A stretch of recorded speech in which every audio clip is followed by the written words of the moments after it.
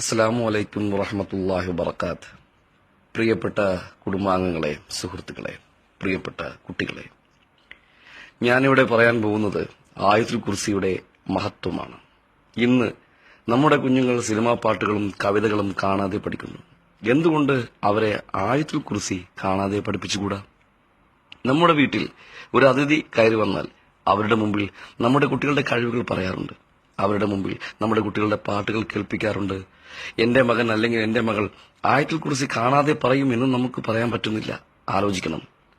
ആയത്തുൽ കുർസിയുടെ 5 ഗുണങ്ങൾ നമുക്ക് തരംതിരിക്കാം. വീട്ടിൽ നിന്ന് ഇറങ്ങുമ്പോൾ ഓതിയാൽ 4 ഭാഗത്തു നിന്നും 70,000 മലക്കുകളുടെ സംരക്ഷണം ലഭിക്കും.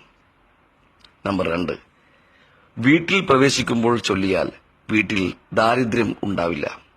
3, വുളൂവിന് ശേഷം ചൊല്ലിയാൽ അള്ളാഹുവിന്റെ അടുക്കൽ 70 ദർജ അല്ലെങ്കിൽ സ്ഥാനം ഉയർത്തപ്പെടും.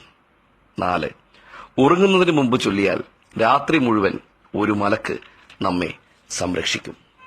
5, ഫർള് നിസ്കാരങ്ങൾക്ക് ശേഷം ചൊല്ലിയാൽ സ്വർഗത്തിൽ കടക്കാൻ പിന്നെയുള്ള തടസ്സം മരണം മാത്രമാണ്.